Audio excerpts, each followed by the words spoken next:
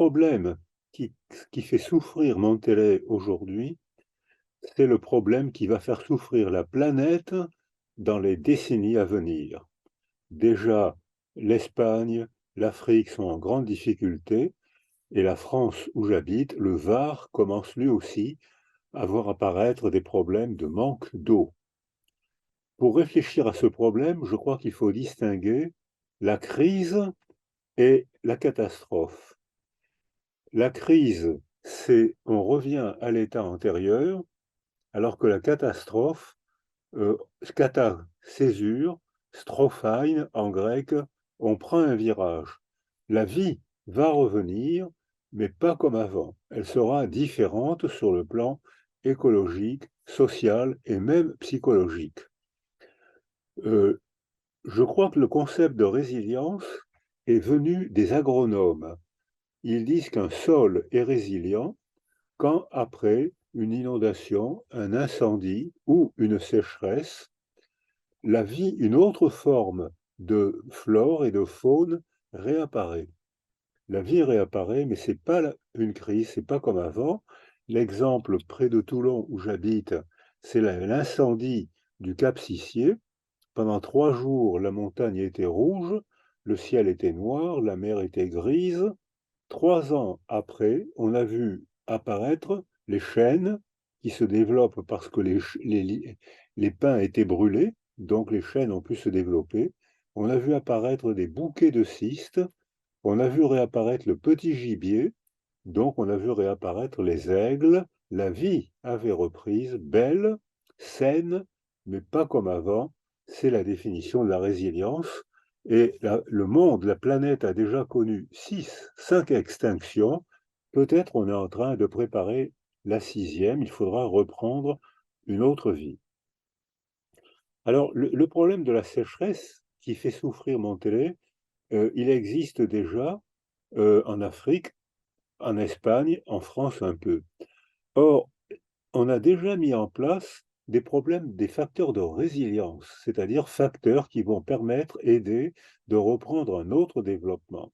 Par exemple, les États-Unis ont déjà passé un contrat pour faire des canaux et pour acheter l'eau de l'Argentine et du Canada. Par exemple, il y a eu un moment de sécheresse à Barcelone et les Marseillais ont fait une noria de bateaux qui prenaient l'eau du canal de Provence et l'amenaient à Barcelone en attendant que les Espagnols fassent un tunnel qui permettait de récupérer l'eau des Pyrénées.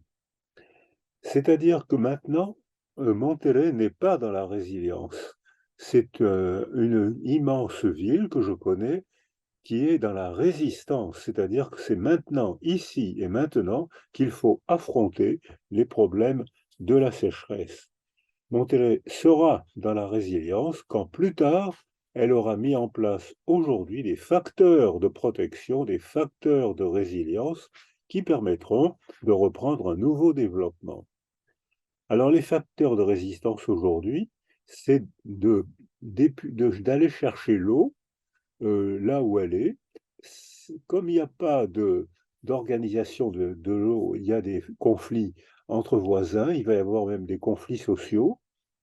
Les transports de l'eau qu'il faudra réaménager, comme l'ont fait les Catalans à Barcelone. Et il faudra aussi faire attention aux troubles sociaux que ça entraîne, des luttes, des vols et des luttes entre groupes parfois très violents.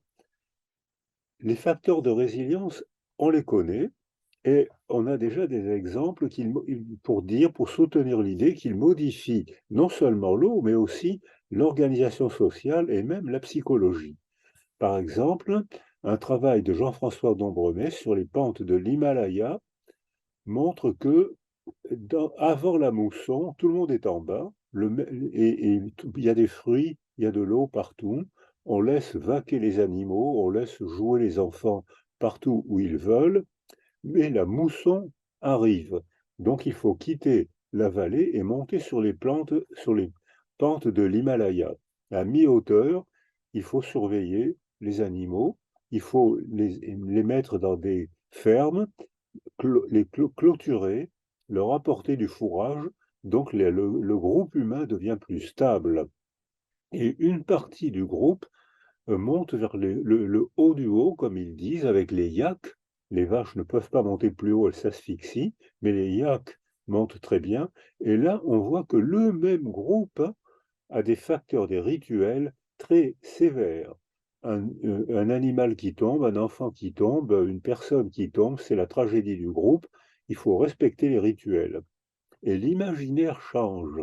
C'est-à-dire que quand le groupe est dans les vallées, c'est un imaginaire qui est fait de fêtes, de combats de coqs, de rencontres, d'amusements, de bals populaires.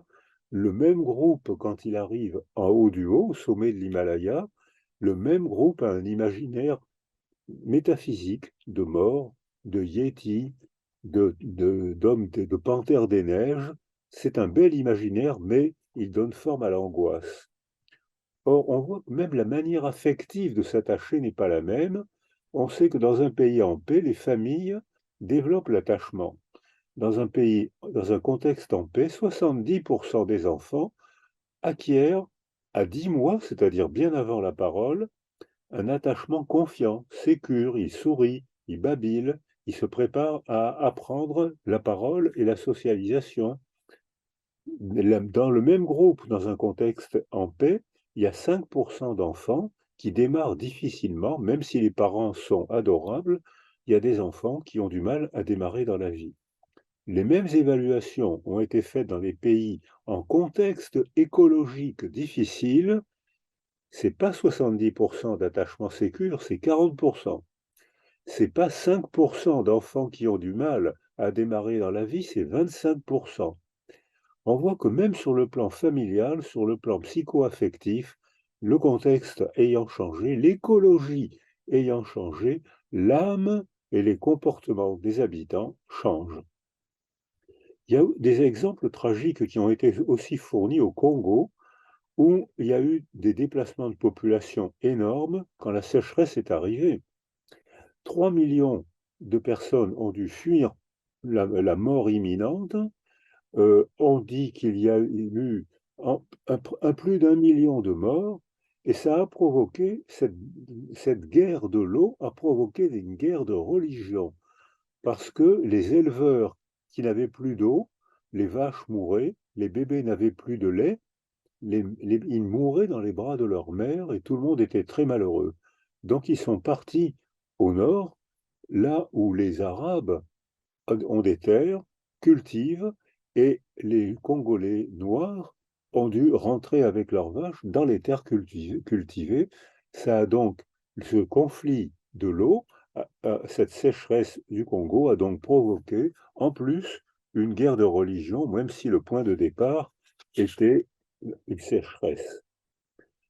Ce qui nous attend, c'est que le climat va s'aggraver. Et donc, ou bien on ne fait rien, et dans ce cas-là, il y aura beaucoup de morts et beaucoup de malheurs, donc on est contraint à la résilience. C'est-à-dire que si on veut éviter les guerres de religion, les guerres de l'eau, il faut mettre en place les processus de résilience. Or, on a un exemple magnifique et tragique, c'est le tremblement de terre de Lisbonne en 1755. Il y a eu un tremblement de terre en Méditerranée. Les maisons de Lisbonne, qui avaient des maisons de 7 étages, se sont effondrées. Un tsunami avec des vagues de 15 mètres de haut sont rentrés dans la ville, si bien que les gens qui n'étaient pas morts sous l'effondrement, qui s'étaient réfugiés dans la rue, ont été noyés. Comme c'était l'époque où on se chauffait en brûlant du bois, il y a eu un incendie parmi les ruines. Et cette catastrophe énorme a provoqué un conflit entre les deux vedettes intellectuelles de l'époque, Voltaire et Rousseau. Voltaire a dit, ce tremblement de terre est dû au hasard, ce n'est pas Dieu qui nous l'a envoyé pour nous punir. Ce que j'ai entendu quand j'étais à Haïti, après l'incroyable tremblement de terre, où j'ai vu des processions de gens, de belles processions, de gens habillés en blanc, avec une belle musique et des flambeaux, et les prières, merci mon Dieu de nous avoir envoyé cette catastrophe, c'était pour nous punir de ne pas avoir cru assez en toi. Or, c'est ce qui s'est passé, ce qui arrive souvent après la peste de 1348. Il y avait des gens qui remerciaient Dieu de les avoir punis. Donc ça ajoute du malheur au malheur.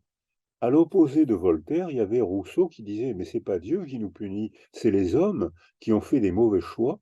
Ils ont construit trop près des côtes, ils ont construit des immeubles fragiles et trop hauts, ils n'ont pas prévu des routes pour apporter l'aide, pour apporter la protection. Ce sont les hommes qui sont responsables de la catastrophe. Et ce débat, on le voit actuellement réapparaître, comme je l'ai vu à Haïti, comme je l'ai vu dans tous les pays, en désespoir social. Et quand un pays est en désorganisation sociale, ce que provoque la sécheresse, on meurt, les animaux meurent, on perd les végétaux, donc il y a des conflits, parfois même des guerres internes. Michelet, l'historien, disait: c'est dans les déserts de sens qu'apparaissent les sorcières. Quand il y a une désorganisation sociale, on voit presque toujours apparaître un sauveur, et ce sauveur est un escroc culturel qui dit: votez pour moi, je sais ce qu'il faut faire, et bien sûr, il ne fait pas ce qu'il faut. Or, après une catastrophe comme celle de Monterrey et celle qui se prépare dans d'autres pays, il y a schématiquement trois évolutions. Ou bien on laisse mourir les gens et on remet en place le même système. C'est ce qui s'est passé en France, en Europe, où après chaque épidémie, on a remis en place les mêmes circulations de transport qui transportaient les routes de la soie, qui transportaient les rats avec le bacille de la peste. Et c'est ainsi qu'il y a eu 2 siècles de peste, où tous les 3 ans, il y avait une nouvelle peste. Donc si on remet en place les mêmes conditions, il y aura à nouveau des sécheresses avec les conflits sociaux que ça va engendrer. La deuxième solution, c'est celle du sauveur qui est fréquente et on vote pour lui. Regardez aujourd'hui le nombre de pays démocratiques qui ont voté pour un dictateur et qui l'ont élu démocratiquement. C'est parce que ce peuple était en désorganisation sociale, ils étaient désespérés et ils votaient pour un gourou, pour un escroc culturel. Ce que j'ai vu au Congo, où j'ai été étonné par le nombre de sectes, toutes les 2 ou 3 maisons, je ne savais pas qu'il y avait tant de sectes. Donc, eh bien, la troisième solution, c'est celle de la renaissance. Il faut prévoir des contrats avec les pays qui ont de l'eau, l'Argentine, le Canada et d'autres pays. Ils ont intérêt à partager l'eau, parce que s'ils ne partagent pas l'eau, eh bien, ils auront chez eux des millions de migrants de la sécheresse qui sont prêts à tout pour ne pas mourir. Donc, il y aura des guerres. Non seulement il y aura des guerres intestines, mais il y aura des guerres avec les voisins. Donc, les pays qui ont de l'eau ont intérêt à la partager. Donc, là, il y a des décisions politiques, des décisions techniques qui sont faisables parce que Marseille et Barcelone ont bien réussi le partage de l'eau et que ça s'est facilement et très bien passé. Donc, cette manière de poser le problème explique que il y a des moyens scientifiques pour l'évolution, mais aussi il y a des détournements. Par exemple, quand il y a eu l'ouragan Katrina, je crois me rappeler que c'était en 2005, en New Orleans, au sud des États-Unis, il y a eu une récupération des concepts scientifiques et le concept de résilience a été récupéré de manière raciste, insupportable. Les gens ont fait des enquêtes et ils ont constaté que ceux qui habitaient en hauteur avaient été moins noyés par le Mississippi que ceux qui habitaient en bas. Or, ceux qui habitaient en bas, c'étaient les pauvres qui étaient noirs, et ceux qui habitaient en haut, c'étaient les riches qui étaient blancs. Et la conclusion, ça a été: les blancs sont de meilleure qualité, ils sont mieux résilients que les noirs. Cette récupération d'un concept scientifique est fréquente. Les nazis avaient récupéré le concept d'évolution. Cette récupération est raciste et elle est bien sûr insupportable. Mais ça veut dire que dans la Renaissance, il faudra faire comme les Portugais, refaire un urbanisme, refaire la circulation de l'eau, ce qui se passe déjà au Proche-Orient, où Israël a passé des contrats avec le Liban et avec la Jordanie. C'est un facteur de paix, peut-être, j'espère, Les rapports sociaux ont changé. Lisbonne est devenue une très belle ville avec des grandes rues, avec des grands espaces pour éventuellement pouvoir éviter, laisser monter l'eau sans qu'il y ait de tragédie humaine. Et au sommet des 7 collines, avec des rues larges, il y a de très belles maisons. Si le Tibre monte, eh bien, les gens seront au-dessus de l'eau.